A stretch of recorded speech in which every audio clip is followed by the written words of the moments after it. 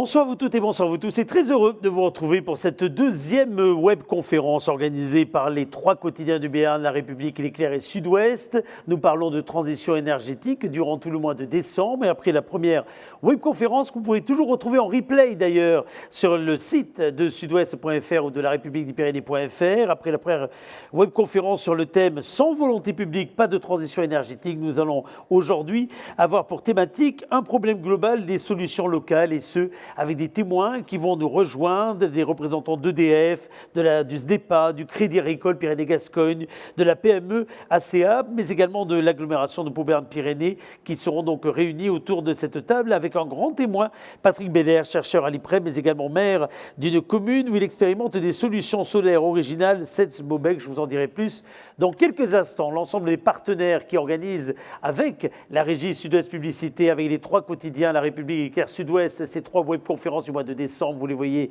s'afficher juste à côté de moi. Vous les retrouvez au cœur donc de ces 3 semaines d'échanges qui viennent de compléter en réalité le sujet central du supplément Pyrénées Éco que vous avez dévoré sans doute la semaine dernière en achetant La République, L'Éclair au Sud-Ouest, ou bien Bruno Robali que l'on retrouve sur chacun de vos sites respectifs. Pour vous, La République des Pyrénées, pour Sophie Carbonel qui est à côté de nous, le journal Sud-Ouest, donc sudouest.fr.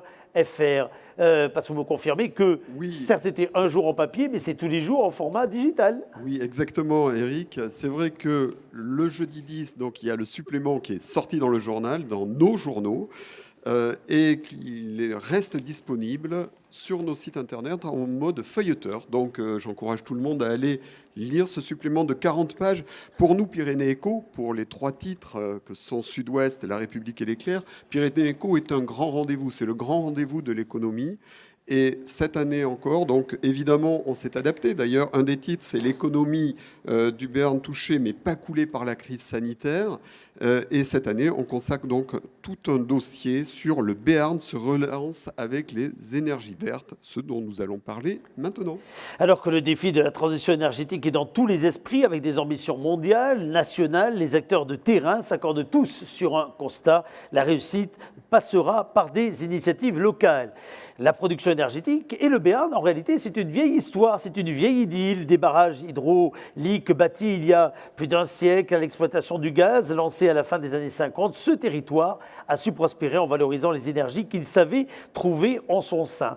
Cette deuxième webconférence ne va pas manquer de démontrer qu'aujourd'hui, les projets se multiplient un peu partout, que ce soit en matière de production d'énergie, solaire, biogaz ou bien de services aux entreprises et aux particuliers. Cette question énergétique donc ne faiblit pas et au cœur de tous les esprits. Nous allons commencer cette webconférence avec une première série d'invités. Serge Bordenave tout d'abord est le directeur général du SDEPA. Le SDEPA, c'est le syndicat d'énergie des Pyrénées-Atlantiques.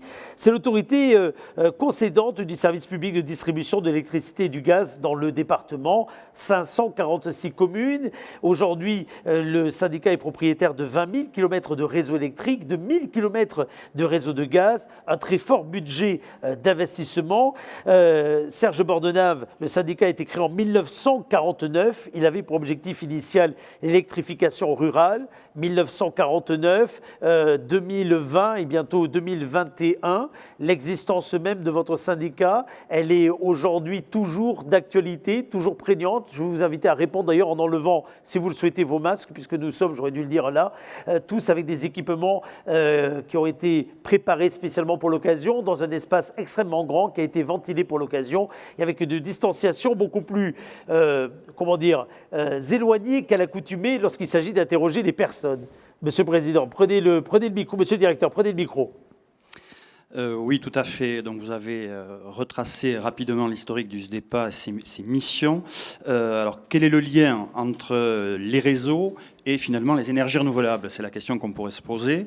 Eh bien, quand on y réfléchit, il n'y a pas de transition énergétique au travers des énergies renouvelables sans réseau, pour la bonne et simple raison que lorsqu'il s'agit d'injecter de l'électricité verte ou du biogaz, il faut tout simplement disposer de réseaux pour pouvoir le faire. Et c'est ce qui nous a amené tout naturellement à travailler ce sujet notamment avec les collectivités telles que vous l'avez présentées. Alors on en reparlera dans quelques petites minutes en répondant aux questions de nos deux journalistes présents ici même. Éric Pourredon est le chef du service transition énergétique à la communauté d'agglomération Pau Béarn Pyrénées, une communauté d'agglomération qui vise la neutralité carbone à horizon 2040. Oui, vous avez bien entendu, l'agglo va atteindre un objectif de 0% d'émissions nettes de carbone d'ici 2040, soit 10 ans avant ce que préconise l'Union européenne dans le cadre de l'accord de Paris. Comment, par quel levier? Est-ce un vœu, pieux, ou est-ce qu'aujourd'hui, d'ores et déjà, Éric Pourredon, on peut se dire que vous avez déjà commencé à travailler avec des choses très concrètes, comme par exemple le réseau de chaleur urbain, dont on va voir quelques chiffres s'afficher juste à côté de moi pendant que nous conversons, avec des chiffres déjà très impressionnants qui montrent que vous avez commencé ce travail, ce processus. Est-ce que ça va être suffisant pour atteindre ce fameux 0% d'émissions nettes de carbone d'ici 2040 ?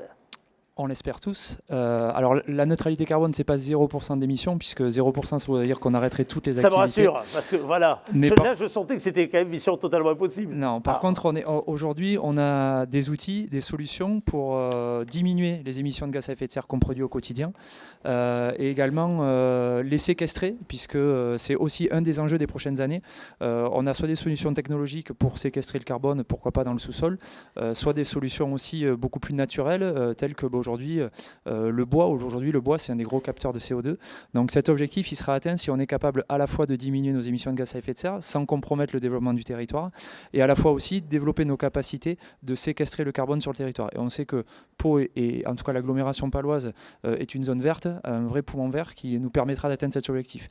Et à côté de ça, on a des infrastructures plus structurantes, comme le Phébus, qu'on voit derrière vous, comme un réseau de chaleur urbain, qui sont des outils de décarbonation qui nous permettent de franchir un pas plus grand pour atteindre cet objectif. Alors tout à l'heure, nous verrons d'autres témoins qui vont nous rejoindre ici même, représentant, je disais, le Crédit Agricole Pyrénées-Gascogne, représentant EDF, avec le directeur territorial Pyrénées-Atlantiques qui sera parmi nous, et puis une PME, ACEAP, qui, vous le verrez, a développé des solutions très pragmatiques au travers de ce sujet. Tout cela avec un grand témoin, Patrick Beller, chercheur à l'IPREM. Sophie Carbonel, vous avez une première question à poser à notre grand témoin. Oui, bonjour Monsieur Bayler, vous êtes la parfaite illustration des solutions locales. Au cœur de cette table ronde, alors contez-nous un petit peu votre projet, pourquoi vous êtes lancé dans cette innovation? Alors c'est un projet en fait qui est un projet multiple, qui a plusieurs axes. Un, le développement d'une nouvelle technologie que je qualifierais de révolutionnaire, la technologie des OPV, ce sont les panneaux photovoltaïques organiques, au sein de l'Institut de chimie de l'environnement et des matériaux à Pau, qui fait partie, c'est un laboratoire de l'UPPA. Ça, c'est le premier axe. Et le deuxième axe, c'est de développer toutes sortes d'énergies renouvelables au sein de la communauté des communes à Dourmadiran, mais aussi au sein de l'agglo de Pau et du Béarn de la Bigorre, en liaison directe avec les collectivités locales, mais aussi avec les habitants de chaque ville et commune. Alors vous êtes vous-même, je le disais, maire d'une commune. Sens-Mobec, c'est combien d'habitants? 270. Et au niveau de la communauté dans laquelle aujourd'hui elle évolue? Il y a la communauté des communes à Dourmadiran à 25 000 habitants. C'est intéressant parce que ça nous permet de se dire qu'on ne parle pas qu'avec les grands ensembles, les grandes métropoles ou les grandes collectivités, mais qu'on parle bien d'enjeux qui touchent Bruno Robali.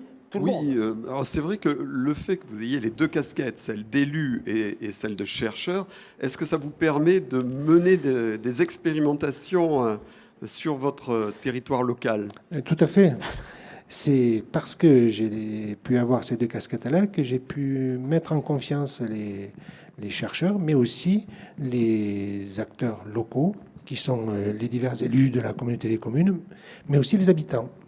En fait, c'est une action qui dure depuis plusieurs années, qui a démarré en 2014 avec le projet TEPCV inauguré par le ministère de l'Environnement et qui continue, donc l'aventure continue dans ce domaine-là où il y a une participation active, comme je disais, des habitants de la commune et des collectivités.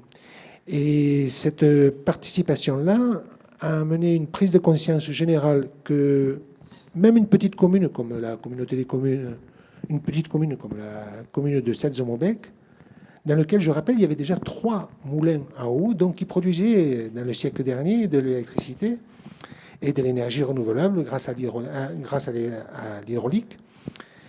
Donc c'est une transition entre tradition et innovation dans le village.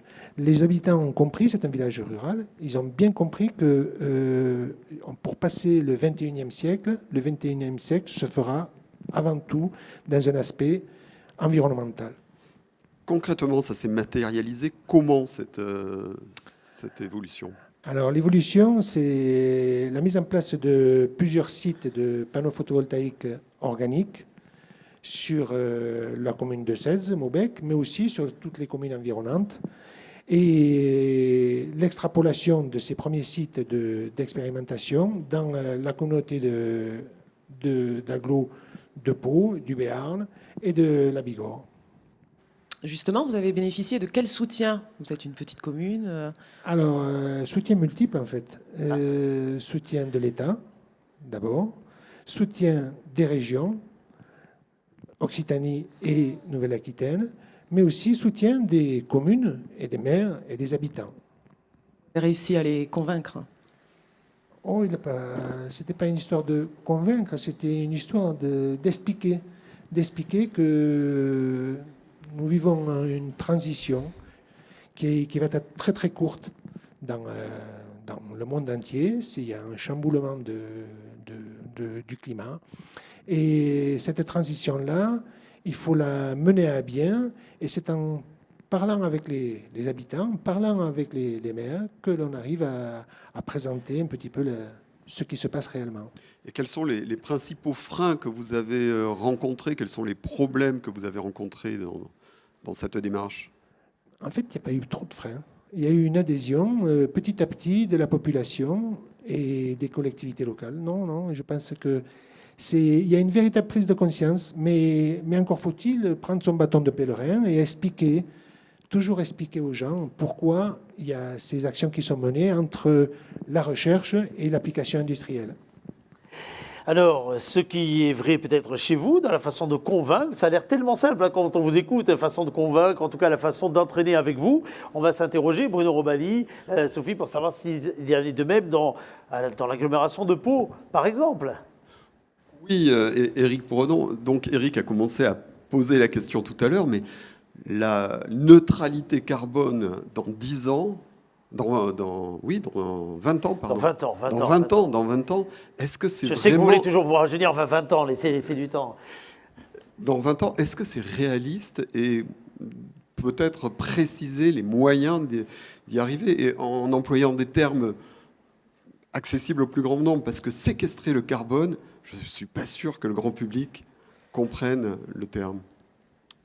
Alors, c'est peut-être utopique pour certains, mais si on ne tente pas, on n'y arrivera pas, ça c'est sûr. Aujourd'hui, pour le remettre dans le contexte, l'agglomération paloise, c'est à peu près 1,3 million de tonnes de CO2 par an qui sont émis par tout ce qui se passe. Y compris les véhicules qui passent sur l'autoroute, les gens qui viennent prendre l'avion, etc. Un réseau de chaleur urbain aujourd'hui, c'est un projet à 58 millions d'euros. C'est quelque chose qui nous fait, qui est très impactant sur les diminutions de gaz à effet de serre, puisque on va substituer de l'utilisation de gaz fossile par de l'énergie renouvelable. Ça représente 24 000 tonnes d'économisées par an. Donc quand on fait le ratio, la proportion, on se rend compte qu'on est encore assez loin de cet objectif de neutralité carbone. Pour autant, c'est par ce genre de solution qu'on va y arriver, mais pas que. La technologie, elle permettra d'améliorer, de diminuer, mais derrière, comme vous l'avez dit, il y a de la séquestration. La séquestration, ça peut être quelque chose qui peut être très complexe. C'est pas moi, dans mon jardin, qui vais aller séquestrer du carbone au fond de mon jardin. Par contre, il y a des enjeux qu'on peut tous, sur le quotidien, sur lesquels chacun d'entre nous, chaque citoyen peut influer et impacter. C'est des questions de mobilité, c'est des questions de façon de travailler. On a vu avec le confinement que le télétravail a des avantages et des inconvénients. Il peut avoir des avantages notamment sur les émissions de gaz à effet de serre, si vous faites moins de kilomètres pour aller au travail, si vous n'avez pas moins de consommation aussi sur votre lieu de travail, etc. C'est tout un tas de petites choses finalement qui remettent le citoyen au cœur de l'action et du coup chacun va devoir prendre ses responsabilités, mais les collectivités vont devoir aussi accompagner les collectivités, les entreprises, accompagner chaque citoyen pour pouvoir atteindre cet objectif. Oui, c'est ce que vous expliquez. Il y a un système de compensation et chacun a son rôle à jouer sur ce système de compensation, c'est ça? Alors, la compensation, elle est à imaginer. Nous, dans la stratégie de neutralité carbone, on est en train d'essayer de l'écrire. Pourquoi on va commencer à l'écrire? Parce qu'on se rend compte que ça ne peut pas être que la collectivité, avec les élus de la collectivité, qui arriveront tout seuls. 75% des consommations du territoire, elles se jouent dans les zones urbaines. Par contre, ce sont tous les acteurs qui impact sur ces émissions. Ça veut dire qu'il va falloir aller chercher les entreprises, les petits artisans, les enfants, les citoyens dans leur quotidien. Et donc ça, c'est un travail de fond qui va être co-construit et collectif. Aujourd'hui, l'Union européenne, qui a impulsé des choses au travers du Green Deal, comme ça avait été dit à la table ronde de la semaine dernière, est en train a pris conscience que c'est par la participation citoyenne qu'on y arrivera. Donc aujourd'hui, on n'est pas que à se dire, on crée un réseau de chaleur, on crée un Phébus, mais c'est derrière comment est-ce que les gens vont utiliser ce réseau de chaleur, comment est-ce que les gens vont prendre un bus à hydrogène, comment est-ce que les gens demain auront accès à tout un tas de nouveaux outils dans un nouveau monde qui leur permettront petit à petit de gagner quelques tonnes de CO2 ou quelques kilos de CO2 dans leur quotidien. Oui, parce que pour être précise, votre réseau de chaleur bois, donc votre objectif, c'est 44 km de canalisation, d'eau chauffée à 100 degrés et qui devrait alimenter 9000 foyers. Donc aujourd'hui, on est à 7 km qui ont été posés et une dizaine de clients. Bon, il faut... Alors, là aujourd'hui, on est en train, il y a 3 ans de travaux. Le réseau sera terminé en 2023. On ne fait pas 44 km de réseau en quelques jours, sans quoi on aurait mis à feu et à sang le territoire. Plus personne n'aurait pu circuler. Donc là, le projet, les travaux ont commencé il y a 6 mois. Les premières mises en service seront dès le mois de février, avec notamment l'Université de Pau et des Pays de l'Adour, qui sera alimentée par le réseau de chaleur. Donc l'objectif, c'est 2023, c'est 44 km de réseau. C'est 9000 équivalents logements, puisqu'on retrouve des entreprises, les centres hospitaliers, des sites universitaires, etc. Et donc ça permettra, pour avoir aussi un ordre de grandeur, de substituer à peu près 1/5, 20% des consommations de gaz qui sont aujourd'hui utilisées sur la ville de Pau. Ça veut dire que il y aura 20% de ces consommations de gaz actuelles qui seront transformées, compensées par une utilisation d'énergie renouvelable, celle de l'incinérateur de l'Escar et d'une chaudière à bois. Et il y a aussi ce projet de ceinture verte. Et le projet de ceinture verte, donc là du coup, c'est un projet beaucoup moins technologique. Là, on est plutôt en train de se dire qu'on est sur un territoire avec une forte présence et une grosse histoire agricole. On se rend compte qu'aujourd'hui, on a du mal à s'alimenter chacun de nous individuellement avec du produit local, avec du produit qui est fait de manière, avec des pratiques durables et pour certaines bio. Donc l'idée de la ceinture verte, c'est de faciliter la mise en place de maraîchers et de maraîchage avec des pratiques bio sur le territoire et derrière de leur trouver, de faciliter des débouchés pour qu'on retrouve ces mêmes produits bio dans nos assiettes ou dans les cantines de nos enfants. Et donc en gros, la ceinture verte a démarré en début d'année. Elle a déjà 3 terrains sur lesquels elle est en train de mettre en place les hangars et tous les équipements pour que des maraîchers débutent dès l'année prochaine leur activité. Et voilà, dans une logique locale et de circuit court.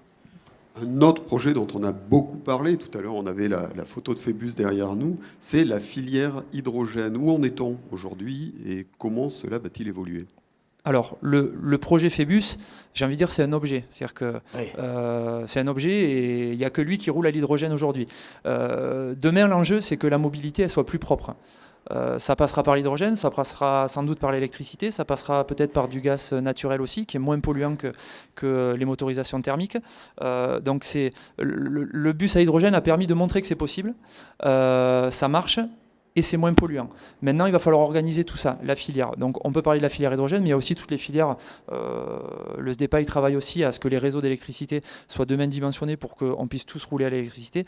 Donc, la filière hydrogène, il y a un groupe de travail qui a été créé avec les communautés qui vont de Tarbes, l'Aglo et la Cortès pour travailler sur une filière industrielle pour à la fois produire de l'hydrogène, le distribuer et derrière avoir des consommateurs. L'étude se termine cette fin d'année et le but du jeu, c'est de trouver le plan d'action qui va nous permettre de structurer cette filière et que dans 1, 2, 5 ans, on puisse tous s'acheter un véhicule hydrogène et rouler à l'hydrogène si on en a la possibilité. Donc là, on est aussi aux prémices d'une vraie filière. On a montré que ça marche techniquement, technologiquement, ça marche. Maintenant, c'est comment est-ce qu'on rend cette technologie accessible à tous. Merci beaucoup. On passe à notre prochain invité, le SDEPA que vous avez commencé à citer. Sophie. Oui, voilà, donc le SDEPA, syndicat d'énergie des Pyrénées-Atlantiques, qui travaille beaucoup avec les collectivités. Donc, je vais donner un exemple concret que vous avez lancé. C'est la future installation d'une centrale photovoltaïque sur l'ancien centre d'enfouissement de Bénéjac. Donc, c'est une de votre branche qui s'appelle ENR 64 qui porte ce projet. Concrètement, pour les habitants, ça va changer quoi? Alors pour les habitants, ça sera avant tout une image qui va changer pour la bonne et simple raison qu'il s'agira d'une installation énergie renouvelable de proximité, à taille humaine. On parle souvent des énergies renouvelables de manière un petit peu galvaudée. On prend l'exemple notamment du grand éolien. Ici, on a une installation de proximité qui produira une énergie verte, mais dans des proportions toutefois raisonnables, relativement bien acceptée par la population, les acteurs locaux.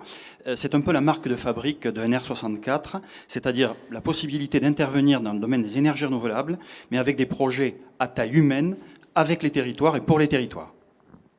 Arriver à connecter toutes ces énergies renouvelables qui émergent pour les mettre sur votre réseau?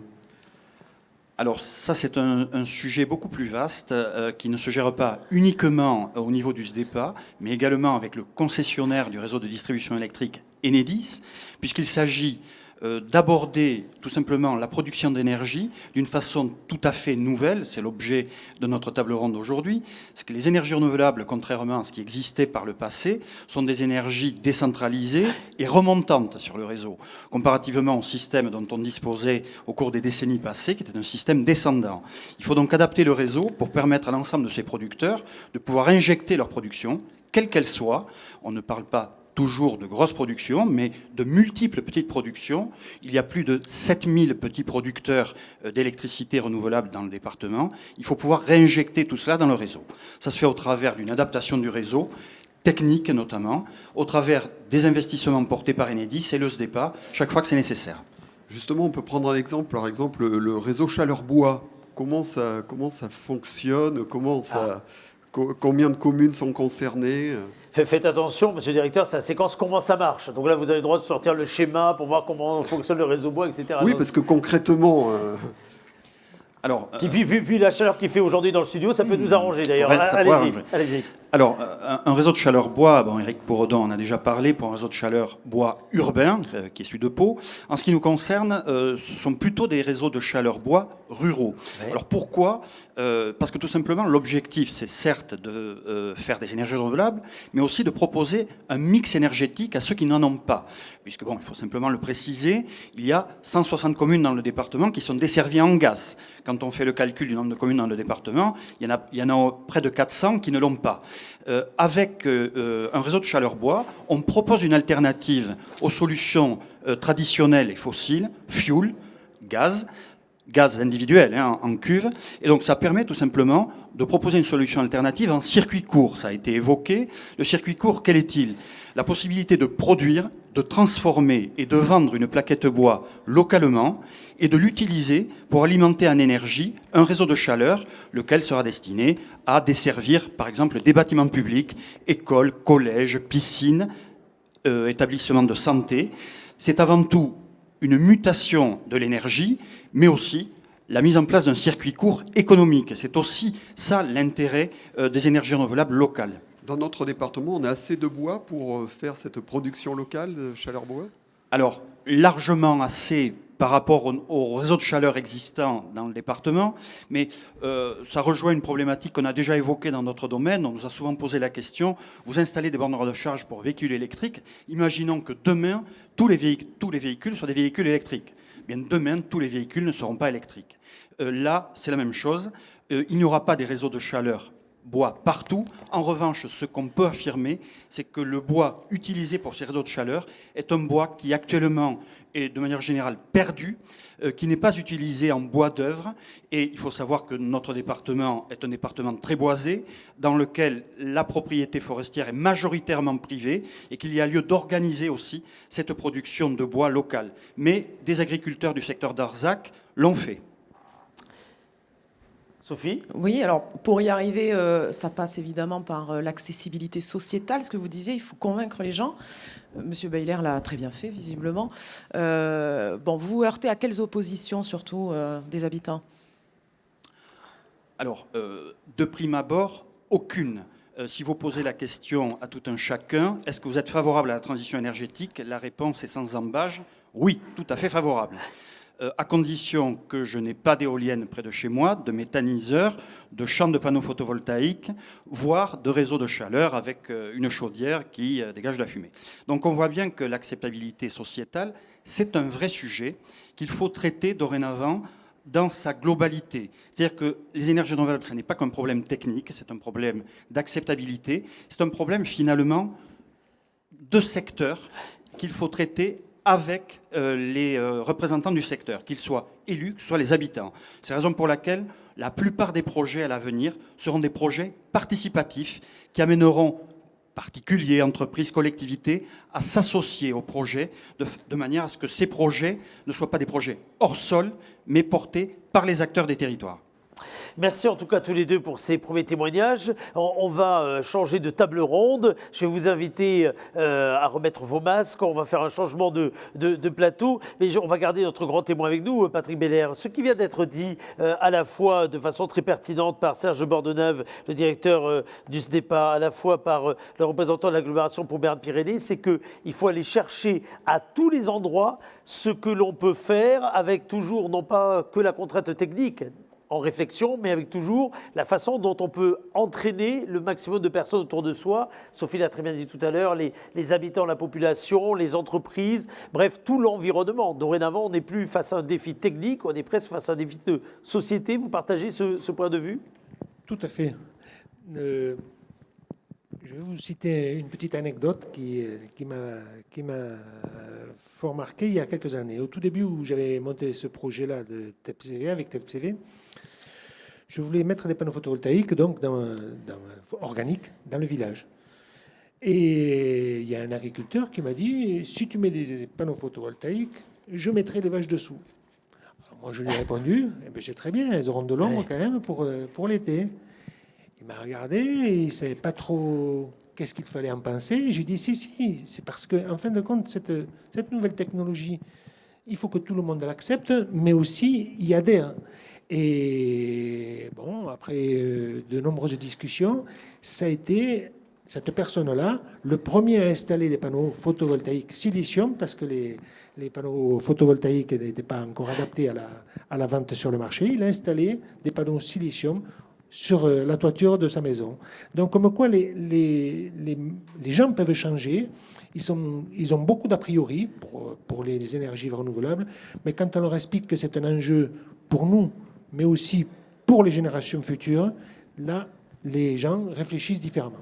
Voici d'autres acteurs qui nous ont rejoints et qui vont apporter leur témoignage à ce débat. Tout d'abord, un acteur, j'ai envie de dire, incontournable en la matière. Le groupe EDF, le directeur territorial Pyrénées-Atlantiques d'EDF est parmi nous. Emmanuel de Bourbon, merci d'être là. EDF, dans le département, on va voir quelques chiffres s'afficher. C'est 963 salariés, mais c'est au-delà. 274 000 clients particuliers, 25 500 clients entreprises et collectivités. Aujourd'hui, le positionnement, c'est un positionnement de fournisseur d'énergie et de services autour de la transition environnementale, et ce, afin de lutter contre le réchauffement climatique. Si je vous dis, ouvrez les guillemets, construire un avenir énergétique neutre en CO2, conciliant préservation de la planète, bien-être et développement grâce à l'électricité et grâce à des solutions et des services innovants, est-ce que, 1, c'est ma lettre au Père Noël, bref, quelque chose qu'on souhaite mais avec peu de chances de l'obtenir, ou 2, c'est la raison d'être dorénavant de votre entreprise dont la signature est désormais devenons l'énergie qui change tout? 1 ou 2? 2. Vous m'auriez dit 1, j'étais surpris. Mais ça aurait pu être votre lettre au Père Noël, sauf que vraiment pour l'attendre le 25 décembre. Ah, d'accord, et non pas pour un vœu pieux. Et non pas pour un vœu pieux. C'est un changement profond quand même de réflexion pour une entreprise comme la vôtre? C'est un changement, alors je vais vous dire oui et non, parce qu'en fait ça fait longtemps qu'EDF travaille dans le domaine de la transition énergétique. L'électricité en France, évidemment, on est l'acteur principal, mais c'est une électricité qui est décarbonée, et depuis le début. Décarbonée et d'origine renouvelable aussi. On a beaucoup parlé d'hydraulique, la semaine dernière vous en avez beaucoup parlé, on en a parlé déjà aujourd'hui. L'hydraulique, c'est la première source d'énergie renouvelable en France et qui existe depuis le début. Et puis ensuite, effectivement, on a une électricité, contrairement à nos voisins européens, qui est déjà très décarbonée et donc qui participe activement à la transition énergétique. Et c'est justement un fer de lance, c'est justement l'objectif de continuer et d'accompagner les territoires ensuite pour les aider à réussir cette transition environnementale. Je parle de transition environnementale parce que réellement, si on développe les énergies renouvelables sans chercher à diminuer les émissions de CO2, à ce moment-là, on est à côté du sujet et à ce moment-là, on risque de rater justement le pari de lutter contre le réchauffement climatique de façon active. Avant que vous ne répondiez aux questions de Bruno et de Sophie, je continue ma lettre au Père Noël avec une question que je vais poser à Gilles Couture qui nous a rejoint, qui représente le Crédit Agricole Pyrénées-Gascogne et en particulier qui va mettre en avant aujourd'hui une filiale du Crédit Agricole Pyrénées-Gascogne qui est Capgen, qui a été lancée il y a plus de 10 ans dans la transition et qui s'est lancée dans la transition énergétique, notamment auprès des agriculteurs du territoire. Vous aussi, vous avez de très beaux chiffres à votre actif en 10 années d'expérience, 880 centrales photovoltaïques, hydroélectriques, en biomasse, en éolienne, une production de 750 gigawattheures annuels, soit l'équivalent de la consommation, pour qu'on se rende bien compte, de 350 000 personnes. Ce n'est pas rien. En Béarn, des projets de toute taille, alors qu'il y a déjà de belles centrales qui voient le jour au pied des Pyrénées avec vous. Donc, dans ma lettre au Père Noël, si je commande une éolienne, un panneau photovoltaïque, etc., est-ce que j'ai avec vous non seulement celui qui va pouvoir expertiser pour voir qu'est-ce qu'il faut vraiment que je commande, mais surtout quelqu'un qui va pouvoir financer cette demande? Bien sûr, donc en tant qu'agent financeur du territoire, nous finançons toute initiative dans le domaine de la transition énergétique. Et c'est vrai que la Caisse agricole Pyrénées-Gascogne a été un peu précurseur en la matière dès 2006 avec l'avènement des premiers contrats d'obligation d'achat. Et avec la création de la filiale Capgen, on est capable d'accompagner, que ce soit en financement ou en accompagnement, du coup par une location par exemple de toiture, on est capable d'accompagner toute initiative sur le territoire. Sophie, quand vous étiez petite, vous aviez eu le jeu du 1000 bornes sous le sapin? Tout à fait. Parce que là, on a quelqu'un, il n'est pas tout à fait à 1000 bornes, mais il est déjà à un peu plus de 250 bornes. Alors, ce n'est pas tout à fait les mêmes, pour être tout à fait franc. C'est Angelo Poitou, c'est le président d'une société, ACA Pau, qui a été pionnière dans l'installation de bornes de recharge pour voitures électriques chez les particuliers en Béarn. ACA a obtenu encore récemment une 3e certification. Si on se demande si l'engouement pour les voitures électriques sur Pau est vraiment réel, le nombre de bornes que vous ne cessez d'installer pourrait être en tout cas un prémisse de réponse. Au jeu des 1000 bornes, vous êtes quoi? C'est l'hirondelle. L'hirondelle, c'est 200 bornes, si je me souviens bien, quand j'étais petit. Et donc, vous êtes au-dessus de l'hirondelle. Oui, on est au-dessus. Alors, effectivement, je viens d'entendre beaucoup parler de la transition énergétique, comme j'ai entendu également, à juste titre, parler d'hydrogène. Certes, toutes les voitures ne seront pas électriques, mais actuellement, je connais plus de voitures électriques sur Pau agglomération que des voitures à l'hydrogène. Donc c'est pour ça qu'on est quand même sur un engouement sur les infrastructures de recharge, puisque nous travaillons maintenant depuis 4 ans sur ce domaine. Nous sommes pas loin de 300 bornes installées depuis quelques semaines. Et vous faisiez de l'électricité, de la plomberie dans votre boîte. Nous sommes électriciens. Moi, je suis électricien de métier. On s'était diverti sur la partie plomberie. Et depuis 4 ans, l'entreprise continue de fonctionner sur ces domaines-là. Mais moi, ça fait déjà 1 an et demi que je suis consacré uniquement à ces démarches de bornes de recharge pour véhicules électriques et hybrides. Et effectivement, nous installons pour les particuliers, nous installons également pour les professionnels, j'insiste beaucoup parce que les professionnels également, le parc est en train de s'agrandir, et également pour les copropriétés. Puisque nous sommes en partenariat donc à la fois avec EDF sur le plan national et local, et également avec Enedis, puisque en l'occurrence il y a un programme qui a été lancé, auquel nous avons adhéré, pour pouvoir faire des infrastructures de recharge dans les immeubles, les collectivités, et effectivement avec des aides très importantes qui peuvent être mises en place. Puisque le gros souci que nous avons actuellement, c'est qu'effectivement sur Pau et agglomération, nous avons quand même un sacré manque de bornes de recharge qui nous manque. Voilà. Donc Ah les ben, véhicules. vous allez nous en dire plus tout On à l'heure. va y revenir. Vous allez nous en dire plus. Mais Bruno, ce que dit M. Poitou, c'est vrai que la réalité, quand même, c'est un des enjeux majeurs de la transition énergétique, c'est le coût, c'est l'argent. Et là, donc, ma première question, ça sera vraiment pour Gilles Couture. Donc, depuis 10 ans, vous avez une filiale spécialisée. Comment l'activité a évolué ces 10 dernières années? Est-ce que vous voyez de plus en plus de demandes? Et concrètement, sans être le Père Noël, comment on peut faire appel à vous pour faire notre transition énergétique à la maison ou en entreprise? Alors si je fais, effectivement, ça a beaucoup évolué depuis une dizaine d'années. Alors si je fais un peu l'historique, alors déjà parce qu'en tant qu'agent économique de premier plan, on a compris, les banquiers ont compris depuis longtemps le lien étroit qu'il y a entre économie et énergie. Mais c'est surtout et avant tout parce qu'on est une banque régionale, proche de son territoire et mutualiste, et à l'écoute du coup des besoins, des préoccupations de ses clients, de ses sociétaires. Et avec l'avènement des premiers contrats d'achat via d'ailleurs l'acheteur obligé EDF, dès 2006, on a été confronté aux problématiques de financement de ces projets que l'on a accompagné, qu'on a été une des premières banques à accompagner. Et c'est très vite posé la question aussi de créer un outil, donc Capgen, de créer un outil pour accompagner sur du portage en propre pour accompagner des projets. Et la naissance de Capgen est intervenue à ce moment-là avec une conjonction de plusieurs facteurs. La première, d'y voir une possibilité de diversification des fonds propres de la caisse, de ne pas laisser partir la valeur du territoire via des opérateurs étrangers ou nationaux, d'avoir un outil capable d'accompagner tout type de problématiques. Et enfin, le dernier facteur, c'est une opportunité qui s'est présentée avec la reprise d'un projet qui était à l'abandon, en tout cas en souffrance à l'époque, le projet d'une centrale photovoltaïque au sol à Saint-Clair dans le Gers. Et donc c'est comme ça qu'est née l'initiative de Capgen. Dans un premier temps, vous aviez ciblé les agriculteurs et vous avez élargi après. Comment ça s'est passé? Oui, alors voilà, donc j'allais y venir. En fait, c'est les sollicitations. Donc on a une clientèle, on a une part de marché qui est vraiment importante dans le secteur agricole, plus de 80%. Donc c'est naturellement que les sollicitations sont arrivées de ce milieu, parce que les agriculteurs sont quand même des gros propriétaires d'infrastructures, de fonciers, qui a besoin d'être rénovés, adaptés, mis aux normes, et qui a des besoins de développement. Donc ce sont eux, effectivement, qui nous ont sollicité en premier. Et donc l'histoire de Capgen, qui est une filiale de Capital Investissement, s'est écrite à ce moment-là. Donc on a développé depuis une dizaine d'années ce projet, notamment dans le secteur agricole, mais pas que. Aujourd'hui, c'est vrai qu'il y a les entreprises s'y intéressent de par les contraintes RSE, etc.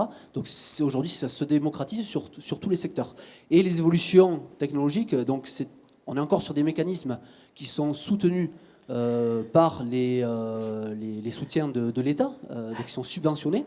Mais petit à petit, on voit arriver des nouveaux modes de consommation, puisque c'est le sens de l'histoire, d'arriver à consommer sa propre électricité. Donc, par exemple, l'autoconsommation. Donc, ça a fortement évolué. Les densités de puissance ont aussi considérablement évolué.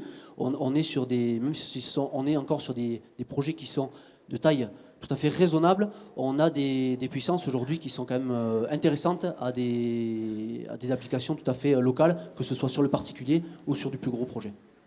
Oui, parce que pour l'instant, la production issue de ces centrales, elle repart dans le réseau. Qu'est-ce qui bloque l'autoconsommation Plus grand-chose maintenant. En fait, il y a encore un peu plus... le mécanisme historique, c'est ce mécanisme subventionné de l'obligation d'achat. Donc c'est vrai que c'est beaucoup plus facile d'injecter pour la simple et bonne raison que, comme disait M. Bourdin tout à l'heure, le réseau s'est constitué en produisant quand on a besoin de consommer. Aujourd'hui, si on essaie de consommer sa propre énergie, il faut faire l'inverse, c'est-à-dire qu'il faut consommer quand on produit. Et c'est la principale difficulté est là. Alors, on va continuer notre tour de table. Vous avez 3 témoins. Piochez, c'est le jeu du... Allez, piochez. On va prendre Monsieur de Bourmont, oui. Ah, c'est mon côté, c'est bientôt les vacances. Oui, mais je vois ça. Alors, je m'adresse au patron d'EDF au niveau local, mais presque au Père Noël. Oui, concrètement, comment vous, EDF, vous accompagnez notamment les projets photovoltaïques, par exemple? Alors, il n'y a pas de lien, enfin, je reviens dessus, il n'y a pas de lien, Oui. c'est pas un vœu pieux, la transition énergétique. Sur le photovoltaïque, on accompagne beaucoup les territoires pour créer de nouveaux projets et pour permettre justement au photovoltaïque de trouver toute sa place.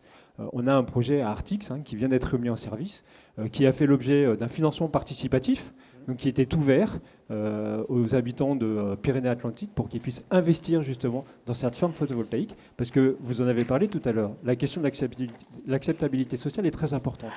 Et de donner l'autorisation, la permission, le choix aux habitants finalement d'investir dans ce nouveau projet qui se passe chez eux, eh ben, c'est plus les intégrer encore dans la transition énergétique et leur montrer que c'est une réalité qui est en train de se développer. Alors encore une fois, je reviens sur ce que je disais tout à l'heure, développer des champs photovoltaïques. Si c'est faire de l'électricité renouvelable pour remplacer de l'électricité décarbonée, on se trompe réellement de combat. C'est-à-dire que l'objectif aujourd'hui, c'est de développer les énergies renouvelables, parce que de toute façon, il y a une loi qui le décide, et puis parce que ça va dans le sens des choses, dans le sens de l'histoire, mais pour réellement réussir à diminuer l'empreinte carbone. Donc, quels sont les usages d'origine fossile qu'on utilise aujourd'hui, que l'on peut basculer sur des usages qui deviennent à ce moment-là électriques, décarbonés et d'origine renouvelable. Ça va être les usages qui tournent autour de l'utilisation du charbon, il y en a de moins en moins, mais EDF par exemple a décidé d'arrêter les centrales de production à base de charbon. Ce sont les usages qui tournent autour du fuel et puis qui tournent autour du gaz. On parle de gaz naturel, mais le gaz naturel c'est un gaz fossile qui émet du CO2. Donc ça veut dire comment on réussit à transférer tous ces usages vers des usages décarbonés. La loi, par exemple, la réglementation environnementale 2020 pour tout ce qui est construction neuve, telle qu'elle a été présentée par les ministères la semaine dernière, va interdire le raccordement des maisons neuves au réseau de gaz à partir de l'été 2021. C'est concret, c'est comment je fais pour que des usages qui utilisent de l'énergie fossile basculent sur de l'énergie décarbonée et qui permet à ce moment-là réellement de diminuer l'empreinte carbone. Éric Pourredon en a parlé tout à l'heure. On sait combien on émet de CO2. Donc on sait quels sont les leviers qu'on peut utiliser pour diminuer cette empreinte carbone. Et c'est ça qui est difficile en fait pour tout un chacun, c'est de comprendre ce mécanisme-là. Le développement des ENR, on sait tous ce que c'est. Diminuer l'empreinte carbone, on ne sait pas très bien ce que c'est. Parce que vous aussi, vous installez des bornes, vous êtes très investi dans la mobilité électrique. On en est où sur l'installation de bornes ? Alors, on a une filiale, effectivement, qui s'appelle Exivia, qui accompagne les territoires pour le développement des bornes de recharge. On s'appuie sur des acteurs locaux. On en a l'exemple ici, justement, pour pouvoir permettre la mise en place du plus grand nombre de bornes le plus rapidement possible. Serge Bordenave disait que tous les véhicules ne seront pas électriques demain. J'aurais tendance à dire les véhicules seront électriques demain. En 2040, ça va arriver très très vite. Il n'y aura plus d'autorisation d'acheter un véhicule thermique. Les véhicules devront être totalement décarbonés. Donc on accompagne les territoires pour mettre en place de nouvelles bornes et les exploiter et permettre aux clients de trouver les moyens de se recharger. Ça va arriver notamment par un projet européen et en France de développement des bornes à charge dites rapides. L'objectif étant, quand on part avec son véhicule, de pouvoir le recharger dans un délai qui est court, le temps de prendre un café, et puis de repartir avec un véhicule chargé. Justement, vous, chez vous, à EDF, est-ce que bientôt tous vos véhicules seront électriques ? Comment vous mettez en place la transition énergétique au sein même de votre entreprise ? Vous avez bien raison de m'interpeller sur cette thématique, parce que c'est bien beau de dire aux autres comment il faut faire. Il faut bien montrer. Exactement, il faut savoir montrer l'exemple. EDF a été signataire, c'était le premier gros groupe en France d'ailleurs, signataire d'un programme international qui s'appelle EV100, Véhicules électriques 100%, qui a été signé par le Climate Group, qui est un organisme international, et qui s'est engagé donc à renouveler toute sa flotte en 100% électrique avant 2030. Et on a un plan qui est concret, justement, pour permettre à l'ensemble des salariés qui disposent d'un véhicule de pouvoir transformer le véhicule thermique en véhicule électrique. La direction régionale à laquelle j'appartiens a d'ailleurs mis en place ce plan, et aujourd'hui, dès qu'on a besoin d'un véhicule, c'est un véhicule électrique qui est mis à disposition des collaborateurs. Le groupe va encore un peu plus loin, puisque à titre personnel, il essaye d'accompagner et d'expliquer justement aux salariés qu'il faut basculer sur un véhicule électrique plutôt qu'un véhicule thermique, mais ça va au-delà de la mobilité. C'est également les bâtiments dans lesquels nous sommes. Quand on doit faire construire un nouveau bâtiment, on fait en sorte que ce soit des bâtiments à chaque fois qui sont à haute valeur environnementale. L'objectif étant de pouvoir prendre soin justement et de maîtriser les dépenses d'énergie d'une part, les dépenses d'eau et les émissions de CO2 qui vont avec. Vous allez nous convaincre tous les deux, et Sophie va engager avec vous en Géopoitou la conversation. Vous allez nous convaincre tous les deux qu'il va bientôt être plus facile de trouver une borne pour recharger sa voiture qu'un café ouvert pour prendre le café pendant qu'elle se recharge. Sophie. Eh oui, parce que alors, les 1000 bornes, donc, vous y avez joué beaucoup, semble-t-il. Et donc, vous êtes spécialisé dans la pause. Plus que vous, je pense. Je pense aussi. Et vous êtes trahissez pas le secret comme ça, allez-y. Vous êtes la première entreprise individuelle du Béarn à décrocher 3 certifications IRVE. Alors, qu'est-ce que c'est? Dites-nous. Donc, on a commencé nos premières démarches donc, en 2016. Puisqu'on fait partie d'un groupe national qui s'appelle Synertiel, donc qui est en collaboration également avec EDF, où effectivement on a voulu promouvoir les installations de bornes de recharge. Donc j'ai commencé les premières démarches. Donc IRVE, c'est pour les infrastructures de recharge de véhicules électriques, associé à une qualification qui pour nous s'appelle dans notre métier une qualifélec, de façon que nous puissions obtenir, grâce à tout ça, non seulement les compétences techniques pour installer les bornes, puisque j'interviens auprès des concessionnaires, auprès des commerciaux, pour expliquer ce qu'il faut faire pour installer une borne, parce qu'on ne peut pas mettre de la borne n'importe quoi, comment.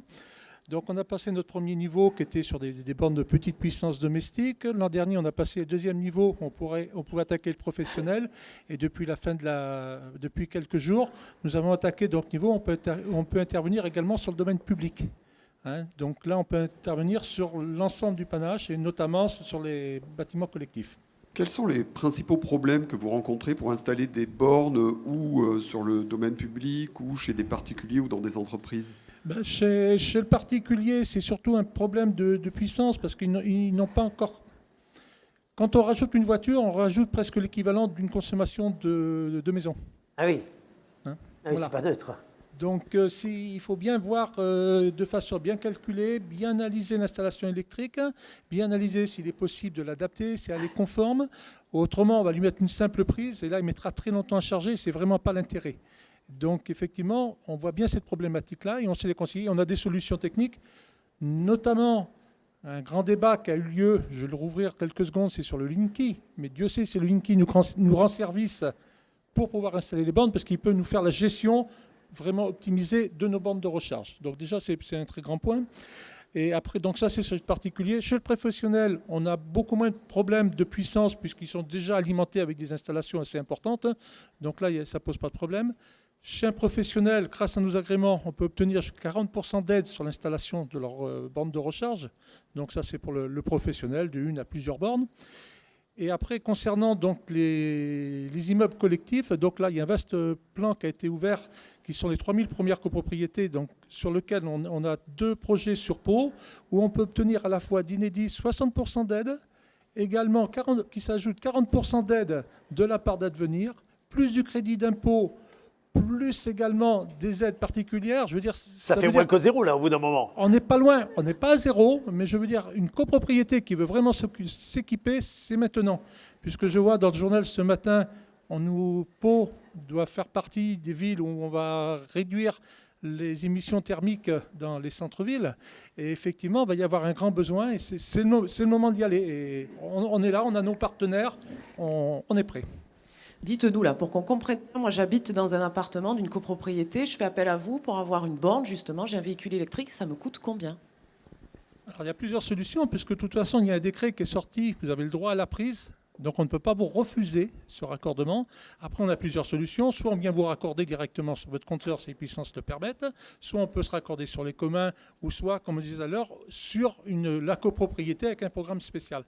On peut dire que si vous êtes seul et unique pour l'instant, vous allez pouvoir avoir une installation qui va être aux environs de 1100, 1200 €, sur lequel, en tant que particulier, vous allez pouvoir avoir 300 € de crédit d'impôt. Ouais. Si on est sur des communs un peu plus chers, mais par contre, on diminue vraiment quand on fait ça en collectif. Comment faire pour trouver les aides dont on peut bénéficier? Tout simplement, sur Internet, vous tapez SEAP Pau. Vous prenez contact et nous montons la totalité des dossiers pour nos partenaires. Alors, juste question, on a envie de le faire là, vous nous avez convaincus, alors et l'un et l'autre, on est le 18, demain là, On vous commande une borne, entre le temps d'avoir les aides, de faire le dossier, etc. Vous nous la livrez quand? Ah ben, il n'y a aucun problème parce que les clients sont encore... C'est plus vite que la voiture électrique, à mon avis. Faites attention. Allez-y. Les personnes sont à la recherche quand même, malgré de ce monde du numérique, parce qu'il y a des startups qui se sont installées, il y a des sociétés qui en vendent. Je ne suis pas le seul. Par contre, là, vous pouvez compter entre 6 et 8 semaines avant d'être appelé. Chez nous, si vous appelez, sous 48 heures, vous avez le contact. Et si vous avez la voiture dans la cour, je dirais que sous 8 jours, vous pouvez avoir votre borne installée. Très bien, c'est une vraie promesse. Là. Nous sommes des locaux, on les tient. Très, très bien. Ça passe par là, véritablement, allez, on va dire la façon dont on pourrait accélérer quelque part cette mise en place de nouvelles pratiques par un maillage local appuyé à des grandes structures nationales, soutenu par des gens qui prennent à bras le corps. Le problème aussi de le faire savoir, de le dire, pourquoi pas de le financer. Ça passe par ce mélange-là aujourd'hui? Absolument, oui, c'est un travail collectif. Donc les acteurs locaux qui connaissent bien le territoire et qui ont une réactivité, on l'a vu à l'instant. Et puis le fait de pouvoir être soutenu et aidé également par des groupes. EDF, on est très présent sur le territoire, vous l'avez dit tout à l'heure sur les chiffres, mais on est là également pour apporter justement notre pierre à l'édifice et faire en sorte que cette transition environnementale soit concrète. Une dernière question pour l'un pour l'autre. Est-ce que ça vous a convaincu, Sophie, puisque vous preniez l'exemple d'installer chez vous, pourquoi pas? Est-ce que vous faites partie de ceux qui pourraient être... Oui, si, ouais, pourquoi mais là, pas. vous réclamez directement la voiture. Mais est-ce que ça vous a convaincu sur la praticité que vous pourriez On va avoir? commencer par une Zoé pour la tester, elle verra plus tard. Ouais, voilà, une petite voiture. Non, si, pourquoi pas. Je pose cette question parce que je vais la poser à notre grand témoin. Lorsque vous parliez de ça à ceux qui sont aujourd'hui vos administrés, qui sont peut-être vos voisins, etc., qui étaient avant vos voisins, vous aviez l'impression que pour eux, ça pouvait devenir rapidement concret d'être un acteur de la transition énergétique dans finalement ses propres pratiques, finalement ce qu'il peut faire dans son quotidien comme choix, comme investissement, pourquoi pas la façon dont on pourrait les uns les autres se dire qu'on peut passer au photovoltaïque ou à d'autres sources. Je reviens vers vous là-dessus. Vous avez l'impression qu'il y a un vrai changement dans l'état d'esprit? Alors, il y a un vrai changement au niveau de la population, mais il faut quand même avouer qu'elle est un peu perdue vis-à-vis de toute la pléthore d'actions que l'on peut mener sur ce phénomène-là. Donc, l'objectif qui a été fait à la communauté des communes Adour-Madiran, c'est de faire aussi de l'ingénierie vis-à-vis des habitants. C'est-à-dire leur proposer un packaging, qu'est-ce qu'ils peuvent avoir comme aide ou comme action pour pouvoir diminuer la consommation énergétique de leur maison ou consommer moins d'électricité ou produire de l'électricité. Donc toutes ces actions-là seront menées de façon primordiale par une action d'ingénierie. Et c'est ça qui leur fait changer leur façon de voir les choses, parce que sinon ils sont complètement perdus. Même si Internet, chercher sur Internet, il y a une multitude de possibilités, donc ils ne savent pas laquelle choisir. On leur dit qu'ils auront des aides jusqu'à presque 80%, et en fait, ils sont perdus. Ouais. Et l'ingénierie, quand je parle d'ingénierie, c'est-à-dire un groupe au sein de la communauté des communes, un axe, informer les habitants sur leurs possibilités, leurs actions.